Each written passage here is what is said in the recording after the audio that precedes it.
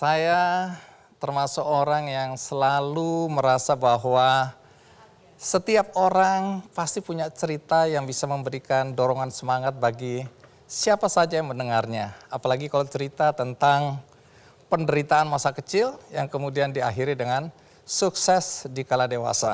Karena banyak sekali orang yang lahir dari keluarga yang tidak mampu, keluarga miskin, yang merasa kemudian dia tidak akan pernah bisa sukses. Nah, cerita kali ini akan mengubah perspektif siapapun juga, termasuk anak-anak di daerah, bahwa sukses itu adalah hak dari setiap anak, setiap orang, asal dia berusaha untuk bisa berhasil dalam hidupnya. Nah, ini adalah episode perdana tentang orang-orang yang datang dari kalangan bawah, kemudian bisa sukses dan dikenal di negeri tercinta ini. Sebelum saya mengundang tamu kita, mari kita saksikan dulu tayangan berikut ini.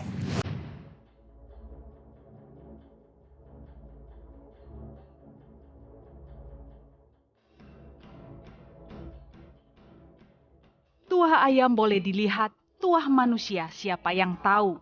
Sebuah peribahasa yang menggambarkan sosok Bahlil Lahadalia. Siapa sangka, seorang yang dulunya sopir angkot, kini menjadi Menteri Investasi Republik Indonesia. Dalam negeri 48%, kemudian PMA-nya dari asing kurang lebih sekitar 52%. Bahlil terlahir dari keluarga kurang mampu, orang tuanya hanya seorang buruh cuci dan buruh bangunan. Semasa sekolah, Bahlil kerap berdagang kue demi membantu ekonomi keluarga. Keterbatasan ekonomi tak menyurutkan tekadnya meraih pendidikan yang tinggi. Ia melanjutkan ke Sekolah Tinggi Ilmu Ekonomi di Port Numbai dan menuntaskan gelar S2-nya di Universitas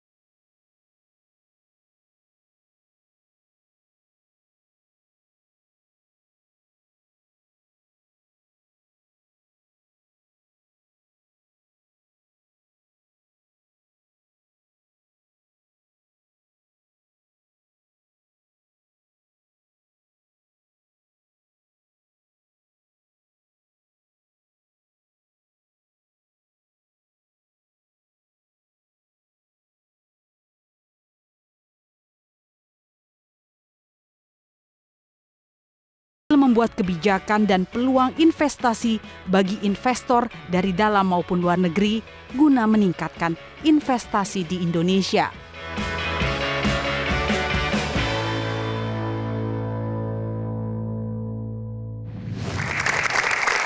Baik, mari kita sambut dengan meriah Bahlil Lahadalia.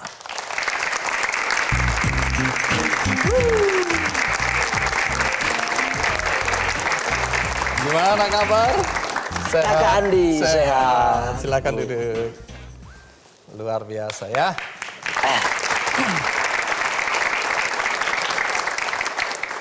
Tunggu dulu, ini nama yang susah diingat. Kalau yang diplesetin gampang diingat.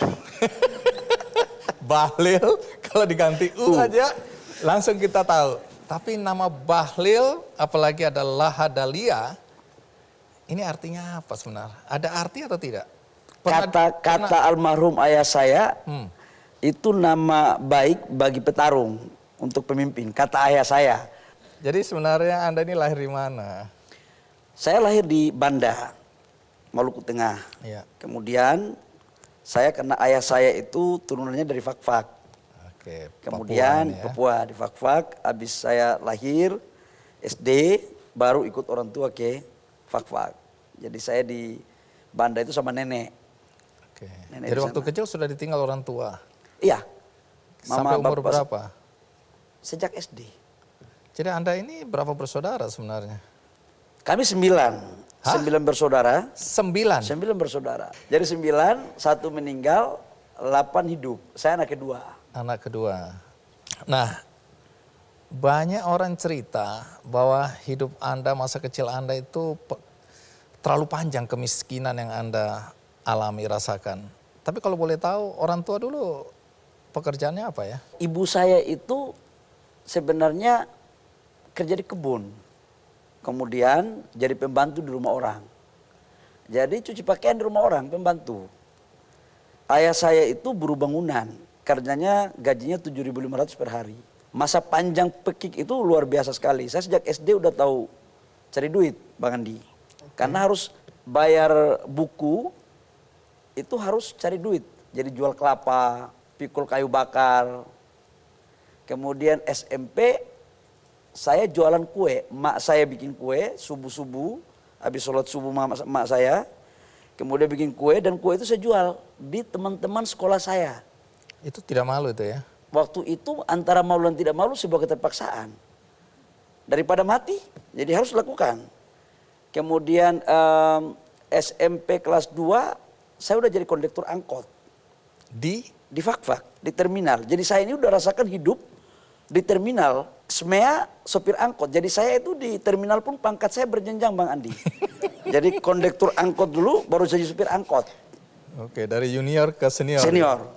Jadi dinamika kehidupan itu saya lalui sebenarnya, Bang Andi, itu bukan hal yang saya suka. Tapi kalau saya tidak melakukan itu, saya nggak bisa sekolah. Saya nggak bisa bantu ayah ibu saya. Gitu. Karena ini anak nomor 2 ini ya? Saya Jadi nomor 2. Tanggung jawabnya berat. Kalau ini. ditanya tidak malu, kita kan kalau SMP kelas 3 SMA kan sudah pasti tahu-tahu barang bagus lah, Bang Andi kan.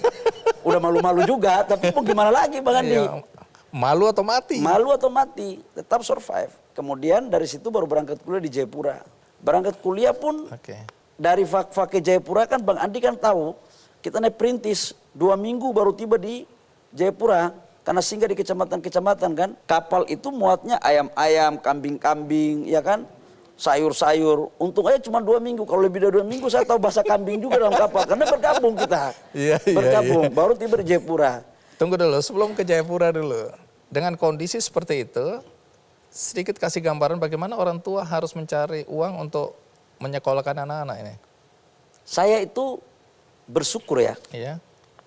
Dari ajaran kedua orang tua saya.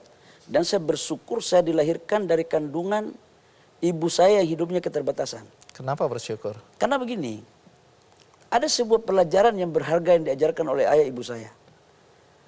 Kerja keras, bertanggung jawab, mensyukuri dan gak boleh ngeluh terhadap apapun masalah yang kita hadapi. Kami ber-8 orang yang hidup, itu semuanya dikasih kuliah. Sampai selesai? Semuanya S2, S1, sampai selesai. Atas kemampuan orang tua? Dorongan orang tua, jadi kami dituntut untuk harus cari duit. Oke. Berjuang, tapi harus mencapai pendidikan karena kata mak sama ibu saya itu, kata ayah sama ibu saya, cukup kami yang gak sekolah, makanya kalian lihat hidup kalian begini. Kalau mau rubah nasib, harus sekolah. Jadi, apa aja serampangan dikerjain sama ayah ibu saya. Dan kami juga melakukan begitu. Saya pernah jualan ikan di pasar, pernah jual kelontongan, jual sayur. Jadi semua apa aja kita lakukan dan kami adik kakak melakukan itu dengan ikhlas aja. Apa betul sepatu sampai bolong-bolong masih harus dipakai? Benar. Sepatu saya itu waktu SMP kami ganti-gantian malah sama adik saya. Oh, jadi ini jadi kalau warisan saya sekolah turun-temurun. Pagi, saya harus pulang cepat pas siang untuk ganti sepatu supaya adik saya pakai. Sepatu itu sampai bocor di ininya udah bocor. Jadi itu pun kita isi pakai kertas dulu agar bisa tetap survive. Dan sepatu hitam itu bisa berganti warnanya menjadi hitam putih. Kenapa bisa begitu? Ya karena udah luntur. Oh, jadi kalau terlambat pulang ada yang marah itu ya? Ada yang marah. Sesulit itu hidup waktu kecil. Jangankan itu Bang Andi, rumah kami itu kan cuman daunnya atap rumbia itu Bang Andi. Iya. Kemudian dindingnya itu cuman hasil cincangan dari bambu. Dan kami itu cuma kamar satu untuk ayah ibu kami. Yang lain anak-anak? Yang lain kami tidur di ya kayak parkiran mobil lah begitu kira-kira. Ya itu hidup.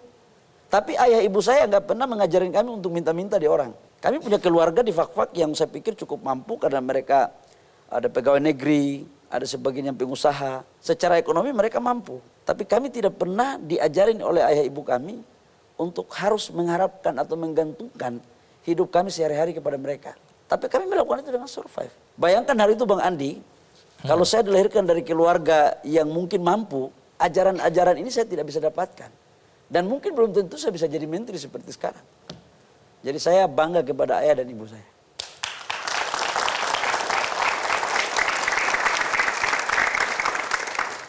Baik, jadi itu baru separuh cerita perjalanan. Tapi saya melihat dari perspektif penderitaan. Penderitaan Anda ya. Tapi penderitaan ini kan kalau dilihat dari sekarang itu disyukuri karena itu gemblengan ya. Jadi ini bagus juga contoh buat anak-anak yang hari ini ya merasa bahwa hidupnya merana, susah, menderita. Jangan-jangan ini gemblengan. Karena dulu mungkin Anda bisa juga marah pada keadaan, kemiskinan. Oh ya. Tapi orang tua kan kasih nilai di situ ya. Kalau dulu itu bukan hanya marah pada kemiskinan, dulu saya anti kemapanan juga Bang Andi. Kalau lihat orang pakai mobil bagus, bawaannya dongkol aja, melempar aja mobil orang. Manusiawi. Tapi begitu kita punya, enak juga barang ini. Ya saya pikir itu hidup ya Bang Andi ya, manusiawi dan itu proses. Iya. Tapi yang saya ingin menyampaikan bahwa ada pembelajaran di situ. Ujian Tuhan juga ada di situ. Nah tinggal seberapa besar kita memaknai perjuangan itu. Dan ayah ibu saya itu selalu mengajarin saya bahwa jangan pernah mengambil hak orang. Oke. Kita punya sedikit, kalau itu barang punya kita, itu jauh lebih berharga dan bermartabat daripada punya kita banyak tapi mengambil dengan cara yang tidak baik dari orang. Jadi intinya adalah mensyukuri. Dan yang kedua dia bilang, jangan pernah membayar upah orang sebelum keringatnya itu Kering. Karena itu waktu saya jadi pengusaha, saya berusaha untuk tidak pernah mau menelantarkan hak-hak orang.